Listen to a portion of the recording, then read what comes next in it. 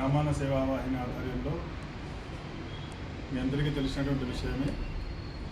ఎవరికైతే ఆధారం లేకుండా కుటుంబంలో పోషణ స్థితి కూడా సరిగా లేని ఎవరైతే బ్రాహ్మణ కుటుంబాలు ఉంటాయో వారందరినీ కూడా దత్తత తీసుకొని జరుగుతుంది. గత 4-5 మాసాలుగా ఒక 5-6 కుటుంబాలకి మేము ప్రతి నెల వారికి సరిపోయేటువంటి గ్రాసరీ కానీ కిరాయి రోజు కానీ ఇంకా ఇతర సంబంధించినటువంటి ధన సహాయం కానీ చేయడం జరుగుతుంది. అందులో భాగంగా ఈరోజు మన కుటుంబాన్ని మేము దత్తత తీసుకోవడం జరిగింది. వీరు మల్కాజిగిరి మిర్జాగూడ దగ్గర ఉన్నటువంటి ఘంటసాల సాయిబాబు శర్మ కానీ వెంకట వాళ్ళ ధర్మపతి వెంకటలక్ష్మి గారి అనారోగ్యంతో ఎటు వెళ్ళలేని పరిస్థితుల్లో మంచానికే వాళ్ళు ఆ జీవితం అట్లాగే కొనసాగుతుంది. అటువంటి సందర్భంలో వారి బ్రాహ్మణ సేవాన్ని సంప్రదించారు, మాకు కూడా సహాయం కావాలని చెప్పి.